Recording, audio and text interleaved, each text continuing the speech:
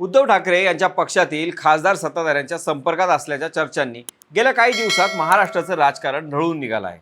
एकनाथ शिंदे गटाकडून कथित ऑपरेशन टायगरची चर्चा रंगली, आरोप प्रत्यारोप झाले आणि त्याच पार्श्वभूमीवर उद्धव ठाकरे यांनी मातोश्रीवर खासदारांची तातडीची बैठक बोलावली.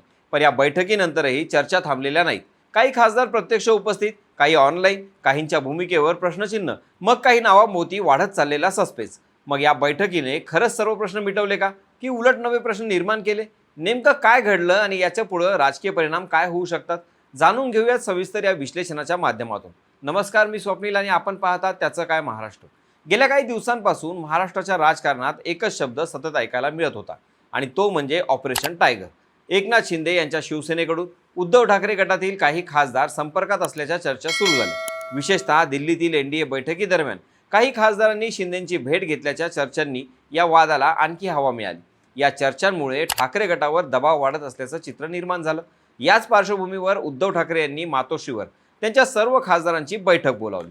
या बैठकीचं महत्त्व केवळ संघटनात्मक नव्हतं, हा एक प्रकारे शक्ती प्रदर्शनाचा प्रयत्न होता. पक्षातील सर्व खासदार आपल्या सोबत आहेत असा स्पष्ट संदेश देण्यासाठी ही संधी होती. त्यामुळे या बैठकीकडे संपूर्ण राज्याचं लक्ष लागलं होतं.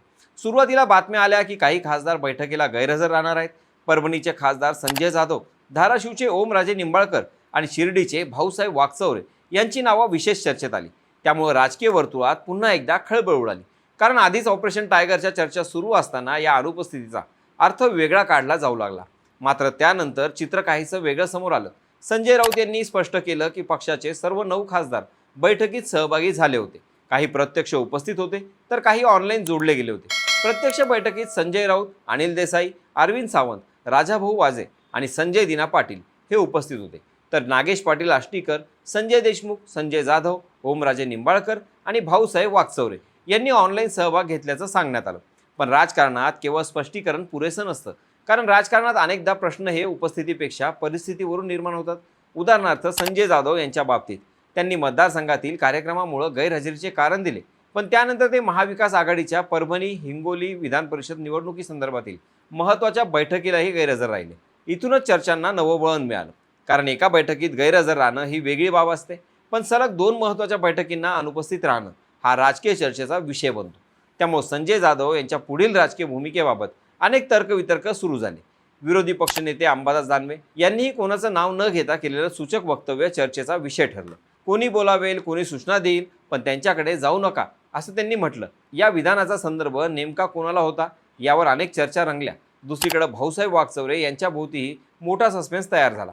कारण एका बाजूला पक्षाकडून ते ऑनलाईन बैठकीत सहभागी झाल्याचा दावा करण्यात आला, तर दुसऱ्या बाजूला त्यांच्या कुटुंबियांकडून ते बाहेरगावी असल्याचं सांगण्यात आलं. याआधीही त्यांनी माध्यमांच्या प्रश्नांना स्पष्ट उत्तर देणं टाळलं होतं. त्यामुळं त्यांच्या भूमिकेबाबत संभ्रम कायम आहे.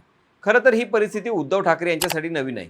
2022 मध्ये पक्ष फुटल्यानंतर शिवसेना संघटनात्मकदृष्ट्या मोठ्या संकटातून गेली. अनेक आमदार गेले, अनेक नेते गेले. त्यानंतर लोकसभा निवडणुकीत ठाकरे गटानं अपेक्षेपेक्षा चांगली कामगिरी केली आणि 9 खासदार निवडून आणले. त्यामुळे हे खासदार केवळ लोकप्रतिनिधी नाहीत, तर ठाकरे गटाच्या राजकीय पुनरागमनाचं प्रतीक मानले जातात. त्यामुळे त्यांच्या भोवती निर्माण होणारी प्रत्येक चर्चा ही पक्षासाठी संवेदनशील ठरते. मात्र दुसरी बाजूही लक्षात घेतली पाहिजे. सध्या महाराष्ट्रात महायुतीची सत्ता आहे, केंद्रातही एनडीए सत्तेत आहे. अशा परिस्थितीत विरोधी पक्षातील खासदारांशी संपर्क साधण्याचे प्रयत्न होत असल्याच्या चर्चा नवीन नाहीत. भारतीय राजकारणात अशा चर्चा अनेकदा घडत असतात.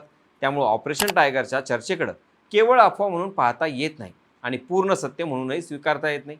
त्यामुळे सर्वांच्या नजरा पुढील घडामोडींवर खिळल्या आहेत. या संपूर्ण प्रकरणात भाजप आणि मुख्यमंत्री देवेंद्र फडणवीस यांची प्रतिक्रिया देखील महत्त्वाची ठरते. मातोश्री बैठक संपल्यानंतर पत्रकारांनी फडणवीसांना प्रश्न विचारला. त्यांनी मिश्किल टोला लगावला. कोण आले, कोण गेले ते तुम्हीच मला सांगा, असं म्हणत त्यांनी चर्चेला अधिक रंग दिला. राजकीय दृष्टिकोनातून पाहिलं तर अशा प्रतिक्रिया विरोधकांवरील मानसिक दबाव वाढवण्याचं काम करतात. आता प्रश्न असा आहे की या बैठकीने ऑपरेशन टायगरच्या चर्चांना पूर्णविराम दिला का? याचं उत्तर अद्याप स्पष्ट नाही. कारण एका बाजूला संजय राऊत सांगत आहेत की सर्व खासदार उद्धव ठाकरे यांच्यासोबत आहेत, तर दुसऱ्या बाजूला काही खासदारांच्या भोवती निर्माण झालेला संभ्रम अजूनही कायम आहे. विशेषतः ज्या नावांबाबत सातत्यानं चर्चा सुरू आहे त्या नावांवर पुढील काही दिवसात अधिक लक्ष राहणार आहे. राजकारणात अनेकदा वास्तविक घटना कमी आणि त्याच्या भोवती निर्माण होणारी धारणा अधिक प्रभावी ठरते. सध्या नेमकं तेच होताना दिसत आहे. उद्धव ठाकरे यांनी बैठक घेऊन एकतेचा संदेश देण्याचा प्रयत्न केला, मात्र विरोधक या बैठकीतील उपस्थिती, गैरहजेरी आणि ऑनलाईन सहभाग यावरून प्रश्न उपस्थित करत आहेत. येत्या काही दिवसात विधान परिषद निवडणुका, स्थानिक राजकीय समीकरणं आणि पक्षातील अंतर्गत हालचाली यामुळे महाराष्ट्राचं राजकारण आणखी तापण्याची शक्यता आहे. विशेषतः ज्यांच्या भोवती सध्या चर्चा सुरू आहे त्या खासदारांच्या पुढील हालचालींवर सर्वांचं लक्ष असेल.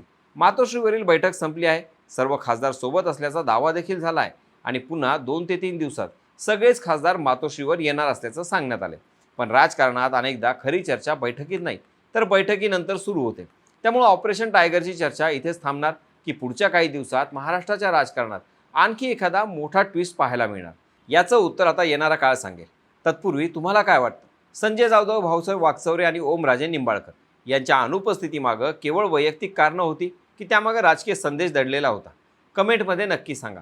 बाकी राजकारणाच्या आखाड्यात आपली नजर कायम असणारच आहे. तेव्हा कुठेही जाऊ नका, पाहत राहा, सबस्क्राईब करा. त्याचं काय महाराष्ट्र.